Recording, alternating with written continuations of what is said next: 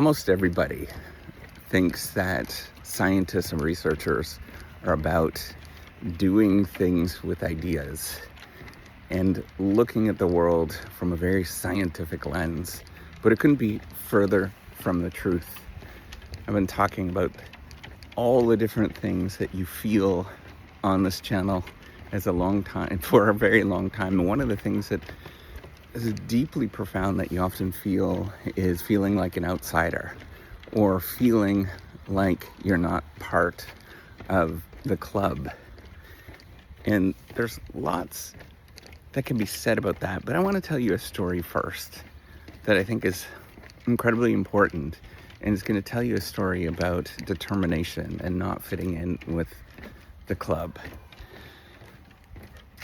When I grew up, I was part of a Polish family in a northern Canadian town in the middle of nowhere. It was tiny. My mom was, she thought I was French Canadian for a long time, but turns out she did genetic testing and it's not. But my dad was Polish, and I mean like Polish is like straight off the boat Polish. They came over in 1935 and raised a family in northern Ontario. But I want you to remember that this felt like we were always outsiders. So as second generation immigrant, and no matter what we did, we always were doing things like polkas. There was always just within our own little tiny family. There wasn't a lot of fitting in with the community for a long time. And everything was very stereotypical Polish. I remember, and here's my story. When I was growing up, I lived on this road called Risco Road. And that was one of my relatives. That's a very Polish last name. And I remember growing up when I was about 8 years old, there was a Risco that was very old, and he would be working out in his garden. He was all hunched over and working out in his garden. And that was the life of almost every Polish immigrant, was working for as long as he possibly can. He was all hunched over, could barely move, but was still working out in his garden and working. And he was alone. There wasn't a lot of people that were around, but was still working out in his garden and cultivating his garden. And this analogy I was thinking about, this is a lot like what it's like in PhD life, is that you work on your garden, and as you get older you realize it's just yourself that's working on this garden and cultivating these particular ideas, and hopefully you gain people, followers, but generally you don't. It always feels isolating. There is a lot of exclusion kind of behavior that happens, where if people don't find you interesting and they don't find your ideas interesting, you get excluded out of a lot of things. And what you begin to realize is just you and your garden after you've been doing this for a very long time. In your garden are the ideas, the things that you've been working on. And the key thing to know when you're doing this is that your garden doesn't grow on its own.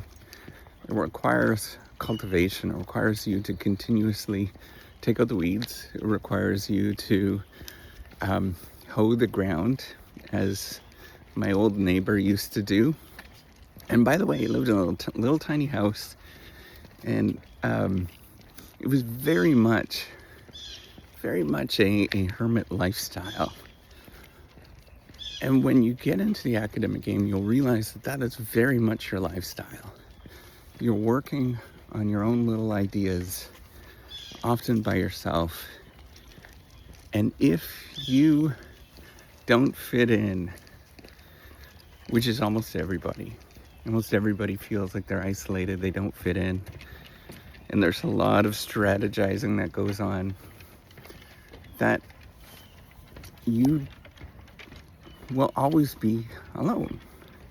And you'll be cultivating that garden by yourself and working really hard at it all the time. And I think about that so much. There's this interesting blog post. I don't know if he still has it. There's this professor called Joel Baum at the University of Toronto, and he had this blog post that was talking about a sea urchin, that once you get the sea urchin, what would happen is that it would grow and proliferate, and eventually it would outstretch its resources, and eventually would have to leave and get pushed out of what it's actually supposed to be doing and go find something else and be by itself alone again. And so why am I telling you this? Is that even if you do things successfully and you do find a group of people, inevitably you will be pushed out of that group of people anyways, and you'll be on your own because you're searching for something that's different and more interesting. So the whole profession is really about handling yourself by working, by gardening, by doing things often alone. Oh, look at this, guys.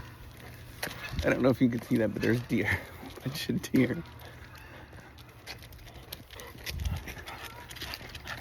And of course, they're going crazy. Doing things alone and being proud of the fact that you're gardening. It's gonna be a little bouncy right now because the dogs are going crazy. You're gardening on your own and doing things on your own and being isolated. And once you figure out how to manage this, which I don't think you ever do. Okay, girls. I don't think you ever figure out how to manage this very well. But you will never feel as part of a community. It's extraordinarily difficult to feel that way. And you'll always be isolated through the process. So the only thing that you could do is accept who you are and go through this process of acceptance, which I think is a lifelong process. But the key to all of this, to doing well, is just being determined.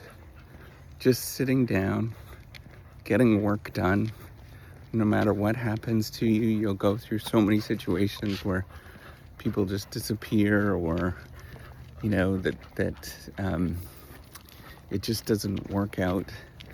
But you're just determined, and you get back up and you do it again, regardless of what happens to you, regardless of what's going on, and you just have this dogged determinedness to make things happen.